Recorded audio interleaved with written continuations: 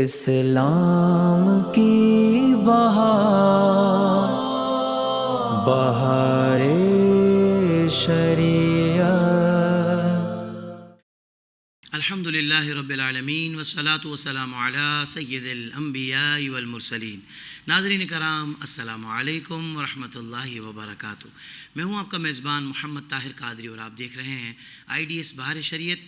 اور آج ہمارے درمیان تشریف فرما ہے ایک اور زبردست نوجوان عالم دین جن کی اکیڈمک کوالیفیکیشن بھی بڑی زبردست ہے۔ بہت خوبصورت انداز سے آپ گفتگو فرماتے ہیں مختلف لینگویجز میں، اور ایک بڑے خاص حلقے میں آپ کام کر رہے ہیں۔ یقیناً یوتھ پر بھی آپ کی نظر ہے، ان کے جو مسائل ہیں ان کو بھی آپ سمجھتے ہیں اور ان کے مسائل کا شرعی حل بھی ارشاد فرماتے ہیں۔ اور الحمدللہ جہاں فقہی مسائل کا معاملہ ہے تو وہ بھی آپ کا انداز بڑا ہی شاندار ہے۔ یقیناً IDS میں آپ پہلی مرتبہ تشریف لائے ہیں، ہم آپ کو دل سے خوش آمدید کہتے ہیں، وارم ویلکم کرتے ہیں۔ اور یقیناً جب آپ آج کا پروگرام ان کا سنیں گے تو پھر آپ کو اندازہ ہو جائے گا کہ حضرت کی شخصیت اور گفتگو کا فن بھی جانتے ہیں، اور اپنی بات کو سمجھانا بھی جانتے ہیں، اور اپنی بات کو لوگوں کے دلوں میں اتارنا بھی جانتے ہیں۔ مقصود لوگوں کو علم کے زیور سے آراستہ کرنا ہے، مقصود دین کی بات سمجھانا ہے، اور یہ اس فن کے ماہر ہیں الحمدللہ۔ میری مراد ہے حضرت علامہ مولانا مفتی سید اویس علی صاحب۔ السلام علیکم ورحمۃ اللہ وبرکاتہ۔ وعلیکم السلام ورحمۃ اللہ وبرکاتہ۔ قبلہ شاہ صاحب، بہت شکریہ آپ کی آمد کا، پہلی مرتبہ آپ IDS میں تشریف لائے ہیں، کیا کہیے گا حضور؟ بس اللہ پاک کا فضل ہے، کرم ہے کہ دین مدینی خدمت کے لیے یہاں پر حاضر ہوئے ہیں، اور آپ کا بھی شکر گزار ہوں کہ آپ نے مجھے دعوت دی، اور آپ کی اس دعوت پر میں یہاں پر حاضر ہوا ہوں، اور لوگوں کے مسائل انشاءاللہ ہم یہاں پہ ذکر کریں گے اور استفادہ کریں گے۔ سبحان اللہ۔ قبلہ مفتی صاحب، الحمدللہ 100 سے زیادہ ہمارے ایپیسوڈز اس پروگرام کے مکمل ہو چکے ہیں IDS بہار شریعت کے، جس میں مختلف فقہی مسائل ڈسکس ہوتے ہیں۔ ناظرین کرام، آج ہمارا جو ٹاپک ہے وہ بھی بڑا زبردست ہے۔ لوگ کہتے ہیں نا بھائی ہمیں بتائیں تو صحیح کہ یار یہ منع ہے، شریعت نے اس بارے میں ہمیں حکم دیا ہے کہ نہیں کرنا، یعنی ممنوع کام یہ بھی بتائے جائیں گے اور جائز کام یہ بھی بتائے جائیں گے، اور شریعت اس بارے میں کس طرح رہنمائی کرتی ہے کہ ممنوع کام کیوں ممنوع ہوتے ہیں، اور جائز کام ان کی اجازت ہوتی ہے تو ان کو کس انداز سے کرنا ہے، ہر جائز کام کرنا ہے یہ بھی ضروری نہیں ہے۔ تو یہ بہت ساری چیزیں، بہت سارے مسائل جو آپ جاننا چاہتے ہیں، جو آپ کے ذہنوں میں ہوتے ہیں، مختلف مواقع پر آپ کو ان مسائل کا سامنا ہوتا ہے، اور آپ سوچتے ہیں کاش مجھے پتہ چل جاتا کہ دین اس بارے میں کیا رہنمائی دیتا ہے۔ تو الحمدللہ IDS بہار شریعت آپ کی، ہم سب کی رہنمائی کے لیے موجود ہے۔ تو آئیے یہ ٹاپک کہ جس کا نام ہے ممنوع اور جائز کام، اس پر ہم گفتگو کا آغاز کرتے ہیں۔ قبلہ مفتی صاحب، آغاز میں چاہوں گا کہ یہاں سے شروع کرتے ہیں کہ عورت کا شادی کے بعد اپنے والد کے نام کے بجائے اپنے نام کے ساتھ شوہر کا نام لگانا، یہ کیسا ہے، یہ اجازت ہے اس کی کہ نہیں؟ بسم اللہ الرحمن الرحیم۔ اصل میں دیکھیں، یہاں اگر عورت جو ہے اپنے والد کے نام کے بجائے اپنے شوہر کا نام اپنے نام کے ساتھ لگاتی ہے، اور اس کا جو مقصد ہوتا ہے وہ پرائمریلی یہی ہوتا ہے کہ بس میں اس بات کا اظہار کر سکوں کہ بھائی میری شادی ہو چکی ہے، میرا عقد مسنون ہو چکا ہے، اب میری نسبت ان کے ساتھ طے ہو گئی ہے، تو اگر اس بات کا اظہار ہے اور نسب تبدیل کرنے کا کوئی ارادہ نہیں ہے تو بالکل لگا سکتی ہے۔ بعض ہمارے احباب جو ہیں وہ یہاں پہ یہ کہتے ہیں، بڑی شد و مت کے ساتھ نظر آتے ہیں کہ بھائی یہ ناجائز ہے کہ اس نے اپنے نسب کو تبدیل کر لیا، اور پھر آقا کریم علیہ السلام کا فرمان کہ من انتسب الی غیر ابی، کہ جو شخص اپنے والد کے بجائے کسی اور کی طرف اپنی نسبت کرے تو اس پر اللہ اور فرشتوں اور تمام لوگوں کی لعنت ہے، تو یہ وعید اس کے اوپر چسپا کر رہے ہوتے ہیں۔ حالانکہ آپ دیکھیے ہمارے عرف میں یہ چیز اس معنی میں بیان کی جاتی ہے کہ اب یہ جو عورت ہے اس کا نکاح ہو چکا ہے، اور اب یہ فلاں کی بیوی ہے۔ یہی وجہ ہے کہ آپ دیکھیں کہ شناختی کارڈ جو بنتا ہے اس میں بھی پھر والد کے بجائے شوہر کا نام لکھا ہوتا ہے۔ تو اگر اس کو پہچان کے لیے، تعارف کے لیے استعمال کیا جا رہا ہوتا ہے، اور نیت قطعی طور پر یہ نہیں ہے کہ نسب تبدیل ہو رہا ہے، تو اس میں کوئی حرج نہیں ہے اور یہ جائز ہے۔ سبحان اللہ مفتی صاحب، بہت زبردست آپ نے ارشاد فرمایا ہے۔ یقیناً بہت سارے ہمارے احباب تذبذب کا شکار رہتے تھے، اب آپ نے شرعی مسئلہ جان لیا تو یقیناً آپ کی ایک طرف ہو گئے ہوں گے الحمدللہ۔ حضرت یہ لابسٹر، ظاہر بات ہے کہ یہ اس سمندر میں ہوتا ہے اور اس کو سمندری بچھو بھی کہتے ہیں، تو اس کا کھانا کیسا ہے، یہ جائز ہے؟ دیکھیں ہمارے ہاں یعنی فقہ حنفی میں جو سمندری مخلوق ہے اس میں صرف وہی سمندری مخلوق جائز ہے کھانا جس کے اوپر مچھلی کا اطلاق ہوتا ہے. بالکل ٹھیک. اور اس کی وجہ کیا ہے؟ اس کی وجہ یہ ہے کہ نبی پاک صلی اللہ علیہ وسلم نے ارشاد فرمایا کہ 2 مردار حلال ہیں. فرمایا کہ احلت لنا میتتان، کہ ہمارے لیے رب تعالیٰ نے 2 مردار حلال کیے ہیں. وہ 2 مردار کون سے؟ الحوت والجرد، یعنی کہ ایک ٹڈی ہے اور ایک مچھلی ہے. لہٰذا اس حدیث کے نتیجے میں ہمارے ہاں یہی حکم شرع بیان کیا جاتا ہے کہ جو بھی مچھلی ہے کھا سکتے ہیں. اس کے علاوہ لابسٹر چونکہ مچھلی نہیں ہے، اسی طرح جو کریبس ہیں یعنی سرطان، کیکڑے وغیرہ ہیں، اس کا بھی کھانا جائز نہیں ہے. بالکل ٹھیک ہے، ماشاء اللہ، زبردست. اچھا حضرت، یہ ایک سوال یہ بھی ہے کہ اگر والدہ کے چند بیٹے ہیں تو ہم نے گھروں میں اس طرح کے مسائل معاملات دیکھے ہیں کہ بچے اس بات پہ لڑ رہے ہوتے ہیں کہ بھائی آج تو آپ کی ذمہ داری تھی، والدہ کو تو یہ کرنا آپ کی ذمہ داری تھی، ایک دوسرے کے اوپر ڈال رہے ہوتے ہیں. وہ کہیں بہت فرما بردار بچے ہوتے ہیں، وہ کہتے ہیں بھائی والدہ کی خدمت میں کروں گا، یہ سعادت مجھے چاہیے. تو اب سوال حضرت یہ ہے کہ اگر والدہ کے چند بیٹے کفیل ہیں تو کس کی کیا ذمہ داری ہے، شریعت کیا رہنمائی کرتی ہے؟ دیکھیں اس کے بارے میں سب سے پہلے تو ہم ایک حدیث مبارک سماعت کر لیتے ہیں کہ نبی پاک صلی اللہ تعالی علیہ وسلم ارشاد فرماتے ہیں، مسلم شریف کی روایت ہے، یعنی فرمایا رسول اللہ نے کہ وہ شخص ذلیل ہوا، وہ شخص ذلیل ہوا، وہ شخص ذلیل ہوا. صحابہ نے فرمایا من یا رسول اللہ صلی اللہ علیہ وسلم، کون؟ تو نبی پاک صلی اللہ علیہ وسلم نے فرمایا کہ وہ شخص جو اپنے والدین میں سے کسی کو بڑھاپے پہ پائے، یعنی وہ ان میں سے کسی ایک کو پائے یا دونوں کو پائے، اور فلم یدخل الجنہ، اور ان کی خدمت کر کے وہ جنت میں داخل نہ ہو، تو فرمایا وہ شخص ذلیل اور رسوا ہو. اب ہمارے ہاں معاملہ کیا ہے؟ ہمارے ہاں معاملہ یہ ہے کہ جیسے کہ آپ نے بھی ارشاد فرمایا کہ لڑ رہے ہوتے ہیں کہ بھائی تم رکھو، میں نہیں رکھ سکتا، میرے ساتھ یہ مسئلہ ہے، میری بیوی کے ساتھ ان کی بنتی نہیں، میرے پاس کرائے کا مکان ہے، میرے پاس افورڈ میں نہیں کر سکتا. تو اس طرح کے ہیلے بہانے بعض دفعہ کیے جا رہے ہوتے ہیں. لیکن حقیقت یہ ہے کہ حافظ طاہر بھائی کہ یہ والدین ہیں، انہی کی برکت سے اللہ پاک جو ہے بندے کو رزق عطا فرما رہا ہوتا ہے. لہٰذا جہاں ہم حکم شرع کی بات بیان کریں گے تو ہمارے سامنے کتب فقہ کے اندر بڑے نظائر واضح طور پر موجود ہیں. عالمگیری کے اندر اس بات کو بیان کیا گیا کہ اگر کوئی والدہ ایسی ہیں کہ جو خود کسی اپنے بیٹے پر یا بیٹی پر ڈیپینڈنٹ ہیں، یعنی خود کفیل نہیں ہیں، تو ایسی صورت میں جتنے بھی ان کے بیٹے ہیں چاہے بیٹیاں ہیں، ان سب پر ایکولی یہ بات جو ہے وہ ان کے اوپر لازم ہے کہ ان کی خدمت کریں، ان کے خرچ اٹھائیں، چاہے وہ رہنے کے اعتبار سے ہوں، وہ چاہے وہ کھانے کے اعتبار سے ہوں، چاہے وہ پہننے کے اعتبار سے ہوں.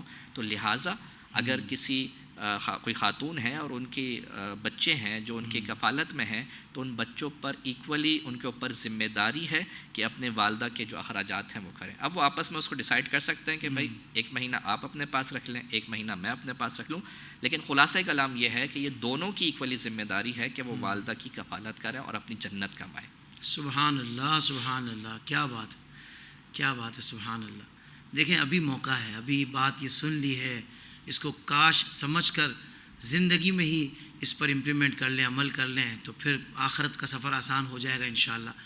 نہیں تو چشم پوشی کی اور اگر ہیلے بہانے کرتے رہے تو پھر اس کے بعد کیا ہوگا.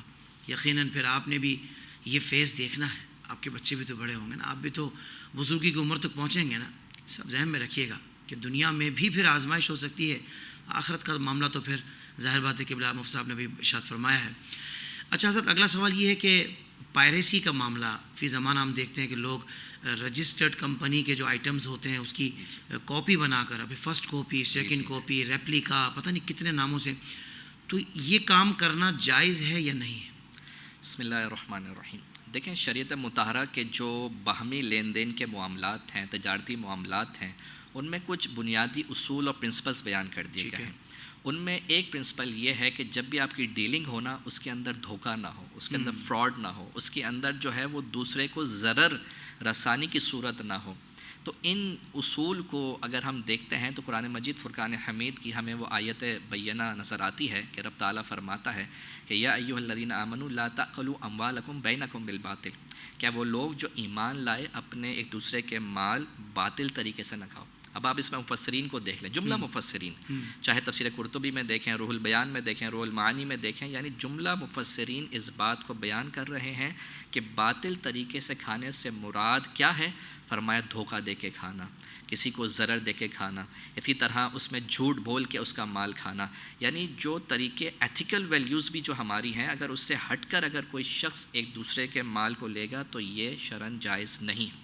اب آپ دیکھیے کہ ایک کمپنی ہے بڑی محنت کے ساتھ اپنی پروڈکٹ تیار کر رہی ہے، اس کو رجسٹرڈ کرا رہی ہے اور اس کے مالکانہ حقوق رکھی ہے، اب آپ جو ہے اس کو اس کی چیپ پروڈکٹ بنا لیتے ہیں، چیپ پرائس میں بنا لیتے ہیں اور لوگوں کو دھوکہ دیتے ہوئے یہ چیز پیش کر دیتے ہیں، تو یاد رکھیے اس کی قطعی طور پر اجازت نہیں ہے۔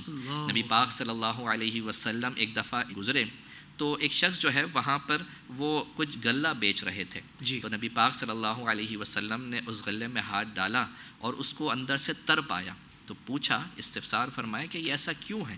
تو انہوں نے کہا کہ دراصل پچھلی رات بارش ہوئی تھی، اس بنا پر یہ بھیگ گئے تھے۔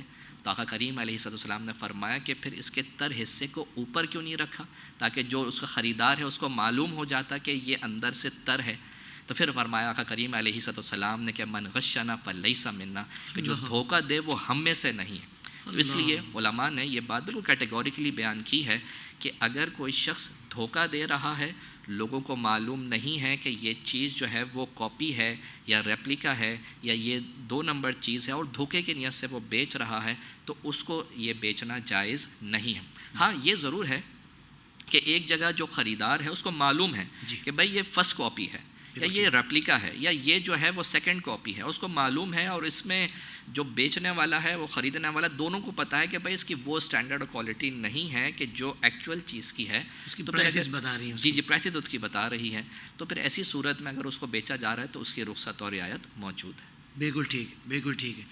تو بس کم سے کم اتنا تو کر لیا جائے نا کہ دھوکے والے معاملے سے بچا جائے، کہ کاپی کو اوریجنل بتا کر بیچنے سے تو ہر لحاظ سے حتی الامکان ہم سب نے بچنا ہے۔ یہ نیت تو آج سارے کر لیں، اللہ تعالیٰ ہم سب کو رزق حلال کمانے کی توفیق و سعادت عطا فرمائے۔ اچھا حضرت، یہ عدت کے حوالے سے ایک سوال آیا ہے کہ کیا عورت انتقال کی عدت جس مکان میں کر رہی ہے اس کو تبدیل کر سکتی ہے؟ دیکھیں، انتقال کی عدت جہاں پہ شوہر کا انتقال ہوا اور وہیں پہ وہ عورت عدت کرے، یہ شریعت کی طرف سے ایک لازمی معاملہ ہے، یعنی یہ کرنا ضروری ہے۔ لیکن جہاں شریعت کے ٹھوس اور مستحکم اور پختہ اس کے احکامات ہیں، وہیں شریعت لوگوں کی سہولت اور رعایت کا بھی احساس کرتی ہے اور ان کے لیے نرمی کا معاملہ بھی کرتی ہے۔ قرآن مجید فرقان حمید میں اللہ پاک نے فرمایا نا کہ لا یکلف اللہ نفسا الا وسعها، کہ اللہ پاک کسی بھی جان کو اس کی طاقت سے زیادہ کا مکلف نہیں بناتا۔ تو اگر ایسی کوئی کنڈیشن ہے، کوئی ایسی بہن ہے کہ جن کے شوہر کا انتقال ہو گیا اور وہ اس مکان میں موجود ہیں جہاں پہ عدت ان کو گزارنی ہے، یعنی شوہر کے مکان میں، لیکن وہاں پہ کوئی شدید خوف ہے، مثال کے طور پر وہاں پر جان کے چلے جانے کا خوف ہے، یا وہاں پہ جو ہے وہ مال کے چوری ہو جانے کا شدید خوف ہے، یا اسی طرح ہم دیکھتے ہیں کہ وہاں عزت اور آبرو کے ضائع ہونے کا خوف ہے، تو ایسی صورت میں جہاں جہاں واقعی خوف ہے، شدید حرج ہے، تو اگر ایسی صورت میں کوئی خاتون اس مکان کو تبدیل کرتی ہیں تو پھر ان کے لیے اجازت ہے، ورنہ چھوٹی موٹی پریشانی کی بنیاد پر اگر تبدیل کریں گی تو اس کی اجازت نہیں ہوگی۔ ٹھیک ہے، جو کنڈیشنز آپ نے بیان کی ان کو شرعی عذر تصور کیا جائے گا۔ جی شرعی عذر، چھوٹا موٹا کوئی معاملہ ہو تو پھر اس کو جی بالکل نہیں مانا یعنی جائے گا۔ دل گھبرا رہا ہے کہ بھائی میرے والد نہیں ہے، والدہ نہیں ہے، شوہر نہیں ہے، تو فقط ہلکا پھلکا دل گھبرانے کی بنا پر، حالانکہ بچے ہیں، تمام گھر والے موجود، سب چیزیں موجود ہیں، لیکن بلا وجہ کی اس طرح کی اگر کوئی خاتون عذر بیان کریں تو وہ قابل قبول نہیں ہوگا۔ وہ واقعی عذر اگر ہو تو اپنی کنڈیشن بیان کر کے مفتی صاحب سے اس والے میں رہنمائی لے لی جائے۔ بالکل ٹھیک ہے حضرت، چونکہ جدید مسائل بھی جدید دور میں پیدا ہو رہے ہیں تو اس کی رہنمائی بھی لوگ چاہتے ہیں، تو ایک جدید مسئلہ یہ بھی ہے کہ سافٹ ویئر یا کسی موبائل ایپ کے ذریعے انسانی شکل کو کارٹون کی شکل میں تبدیل کرنا، تو اس کی کیا اجازت ہے؟ جی بالکل، آپ نے درست فرمایا کہ جدید دور کے جدید مسائل ہوتے ہیں اور لوگ نئے ٹرینڈز کو فالو کرتے ہوئے کبھی گھبلی کے اوپر اپنی تصویر بنا رہے ہیں، کبھی کسی کے اوپر تصویر بنا رہے ہوتے ہیں، تو اب سوال یہ پیدا ہوتا ہے کہ یہ درست ہے یا نہیں ہے۔ تو اس میں ہم قرآن مجید فرقان حمید کی تعلیمات کو دیکھتے ہیں تو اللہ تبارک و تعالیٰ نے قرآن میں فرمایا کہ حسین صورت میں تمہیں پیدا فرمایا، تو اس کے مطابق جو نتیجہ نکلتا ہے وہ یہی ہے کہ اللہ پاک نے حضرت انسان کو جو کرامت کا حلہ بنایا، اس میں جو اس کی صورت کی تخلیق کی ہے نا، ایسی صورت کسی کو عطا نہ کی، اپنی پسندیدہ صورت بنایا۔ اب اللہ نے جس پسندیدہ صورت پہ انسان کو بنایا ہے اس کو وہ تبدیل کرے کسی اور صورت کو اختیار کرے تو یہ مناسب نہیں ہے. اب اس میں اب مختلف چیزیں ہوتی ہیں. بعض دفعہ لوگ دوسروں کا مذاق اڑانے کے لیے اس طرح کارٹونک پکچرز بنا رہے ہوتے ہیں. اب ظاہر سی بات ہے کسی مسلمان کی اگر دل آزاری کی نیت سے تمسخر یعنی اس کا مذاق اور اس کا فن کرنے کے لیے جو ہے اگر اس طرح کی کوئی تصویر بنائی جا رہی ہے, کارٹون بنایا جا رہا ہے, تو ظاہر سی بات ہے اس کی قطعی طور پر اجازت نہیں ہوگی. لیکن اگر کوئی شخص ایسا ہے جو اپنی ہی ایک تصویر کو کارٹونائز کرنا چاہ رہا ہے تو یہ لہو و لعب ایک کام ہے. اور من حسن اسلام المرء ترکہ ما لا یعنی کہ مسلمان کے اسلام کی خوبصورتی میں سے ہے کہ ہر وہ لا یعنی کام کو چھوڑ دیتا ہے. اب مجھے بتائیے نا کہ اگر میں نے اپنی گبلی کے اوپر تصویر بنا دی تو اس سے کیا مجھے فائدہ ملے گا سوائے اس کے کہ چند مجھے لائکس مل جائیں گے, چند کامنٹس مل جائیں گے, لوگ کوئی لافنگ ایموجی بنا دے گا. اس کے علاوہ کیا حاصل کیا ہوا؟ آپ نے اپنے قیمتی وقت جو ہے وہ ضائع کر دیا. اور اگر بادی نظر میں جائیں تو یہ ڈیٹا بیسکلی ٹرانسفر ہوتا ہے کسی خاص کام کے لیے. ظاہر سی بات ہے آپ اپنا ڈیٹا دے رہے ہیں اور ڈیٹا جو ہے وہ سامنے جو لوگ اس کو حاصل کر رہے ہیں وہ کس کام میں اس کو استعمال کریں تو بعض دفعہ ہماری عقل کی سوچ وہاں تک نہیں پہنچ رہی ہوتی. تو اس لیے بہتر یہ ہے کہ ان کاموں میں نہ پڑے. اور اگر کوئی بری نیت ہو تو ایسی صورت میں یعنی کسی کا مذاق اڑانے کی نیت ہو تو اس کی پھر اجازت بالکل نہیں ہوگی, بندہ گناہ گار ہوگا. اچھا, ایک صورت حضرت یہ بھی بن رہی ہے کہ جیسے کوئی نعت کا کیریکٹر ہے اس کا کارٹونک کیریکٹر کریٹ کیا گیا اور اس کو نعت میں انہیں کے استعمال کیا, جیسے کلمہ شریف بچوں کو سکھانے کے لیے, یا کسی عالم یا اسکالر کا وہ کیریکٹر کریٹ کیا گیا اور اس کے ذریعے وہ چونکہ اے آئی میں چل بھی رہا ہوتا ہے تو کوئی مذاق کا بھی عنصر نہیں ہے یا کوئی دوسرا معاملہ بھی نہیں ہے کہ اپنی صورت پسند نہیں ہے اس لیے کارٹونی بنائی ہے, کچھ اور اس طرح کے مقاصد ہیں جو خیر والے ہیں تو اس صورت میں بھی اجازت ہے. لکل امرئ ما نویٰ کہ ہر شخص کے لیے اس کی وہ نیت کرے, نیت خیر ہے تو ثواب بھی ملے گا. یعنی وہ یہ سمجھتا ہے کہ بھائی اگر میں اس انداز میں بچوں کو سکھاؤں گا, بچے مجھ سے محبت کرتے ہیں اور بچے مجھے اس انداز میں دیکھیں گے تو زیادہ میری طرف اٹریکٹ ہوں گے تو اس حسن نیت پر اس کو ثواب بھی ملے گا انشاءاللہ. تو یہ صورت پھر اس کے جواز کی بنے گی. لیکن جو عمومی طور پر صورتیں بنتی ہیں وہ میں نے عرض کی کہ اس میں پھر بچنا بہتر. بالکل ٹھیک ہے. بہت شکریہ علامہ صاحب, ماشاء اللہ آپ نے بہت کمال گفتگو فرمائی, مختصر وقت میں آپ نے اتنا کچھ ارشاد فرمایا. اللہ آپ کو جزائے خیر عطا فرمائے. انشاءاللہ اگلے ایپیسوڈ میں پھر حضرت آپ کے ساتھ گفتگو ہوگی. ناظرین کرام تب تک کے لیے اجازت, دیکھتے رہیے آئیڈیز بہار شریعت. السلام علیکم ورحمۃ اللہ وبرکاتہ.